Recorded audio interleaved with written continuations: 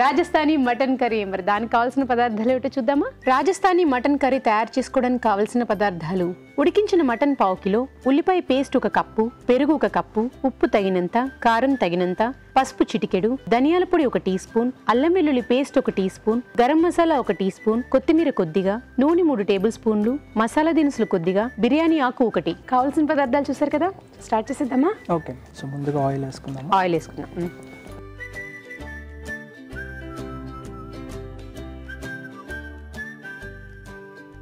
ఇది మటన్ ఉడికించేసుకున్నాం ముందు మనం మటన్ బాయిల్ చేసుకున్నామండి. ఓకే. ఏమేమి వేసాం అందులో?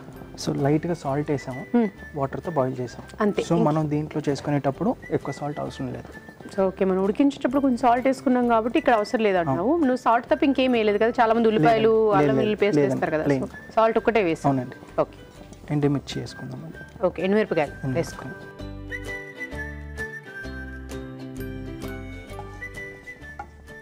సో నేర్చుకున్న వాటిలో ఏంటి ఫేవరెట్ ఫుడ్? నేర్చుకున్న వాటిల్లో కోకోనట్ రైస్ ఒకటి బాగా ఇష్టం అండి. Coconut rice. Coconut rice. Okay. So మామూలుగా అయితే coconut rice and chicken curry చేసి తింటుంటారు చాలా మంది, కాంబినేషన్ బాగుంటుందని. కాంబినేషన్ బాగుంటుంది. సో నువ్వు అలా ప్లెయిన్ గానా లేకపోతే అది కాంబినేషన్ కూడా నేర్చుకున్నావా? కాంబినేషన్ కూడా వచ్చండి. కాంబినేషన్ కూడా ఏది చేస్తావు? మామూలుగా అయితే చికెన్ కర్రీ చేస్తుంటారు, మనకి చికెన్ కుర్మా చేస్తాం. Chicken korma with coconut rice combination ఒకటి బాగుంటుంది. సో అలా ఇష్టమా? సో బాగుంటుంది. చేసి పెట్టావు మరి ఇంట్లో ఎప్పుడైనా? చేశానండి. ట్రై చేసావా? ఎవరు కాంప్లిమెంట్స్ ఇచ్చారు? అందరు బాగుంది అని చెప్పారు. నెక్స్ట్ ఇది వేసేసుకో. సో మసాలా దినుసు. సో కోకోనట్ రైస్ నచ్చింది అని అంటున్నావు. సో ఇంకా స్వీట్స్ అలా ఏమి?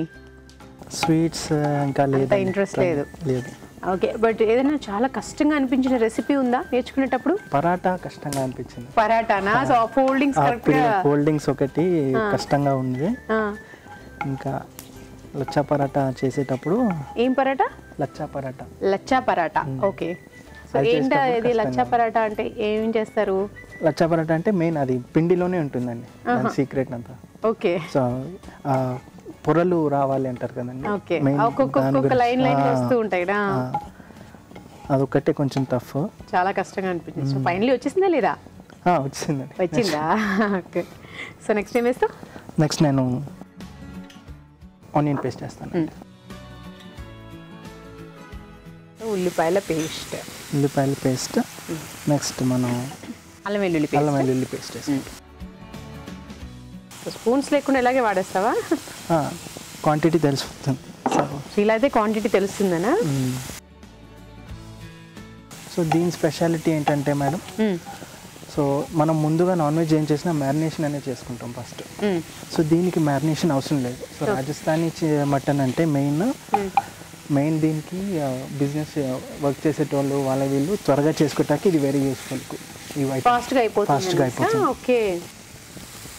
కొంచెం కారం వేసుకుందాం. కారం నువ్వు తక్కువ తింటావా?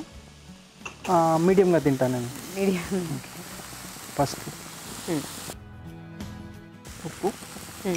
ఉప్పు ఎక్కువ వేసిన అవసరం లేదు, ఎందుకంటే మనం ఆల్రెడీ మటన్ బాయిల్ చేసేటప్పుడు వేసుకున్నాం కాబట్టి ఇక్కడ తక్కువ వేసుకుంటే సరిపోతుంది.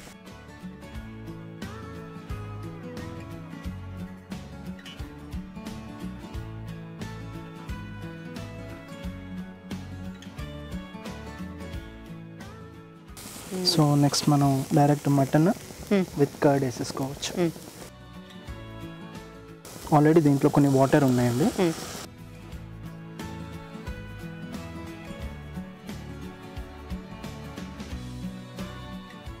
కర్డ్ వేసుకో. పెరుగు.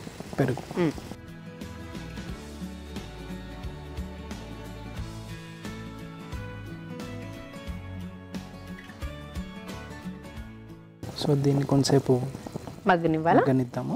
ఓకే. క్లోజ్ చేద్దామా లీటర్? ఓకే. ఇది కాసేపు మగ్గాలి. ఈలోపు మీకోసం ఒక చిట్కా.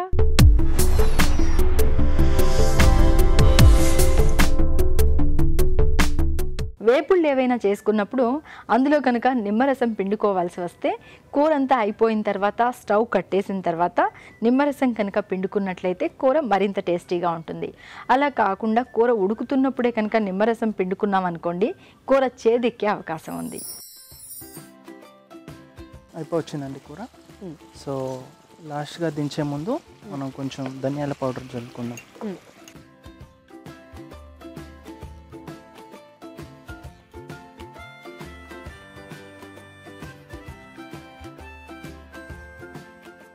సో దేంతో తింటే బాగుంటుంది?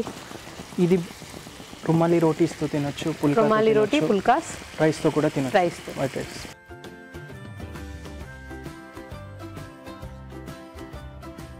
సో లాస్ట్గా మనం ఆపేసుకోవచ్చండి, స్టవ్ ఆఫ్ చేస్తాను. ఆఫ్ చేసేసుకో.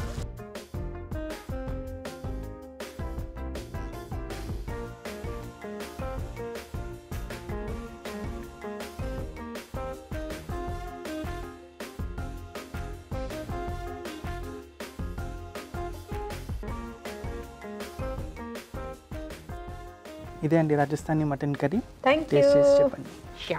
Rajasthani mutton curry. మరి టేస్ట్ చూసే ముందు తయారీ విధానం ఎలాగో మరొకసారి చూద్దామా? రాజస్థానీ మటన్ కర్రీ తయారీ విధానం: ఒక పాన్ లో నూనె వేసి ఎండుమిరపకాయలు, మసాలా దినుసులు, బిర్యానీ ఆకు, ఉల్లిపాయ పేస్ట్, అల్లం వెల్లుల్లి పేస్ట్ వేసి వేయించాలి. దీనిలో కారం, పసుపు, ఉప్పు, ఉడికించిన మటన్, పెరుగు వేసి ఉడకనివ్వాలి. తర్వాత ధనియాల పొడి వేసి కాస్త మగ్గనివ్వాలి. ఆపై కొత్తిమీరతో గార్నిష్ చేసి సర్వ్ చేసుకుంటే రాజస్థానీ మటన్ కర్రీ రెడీ.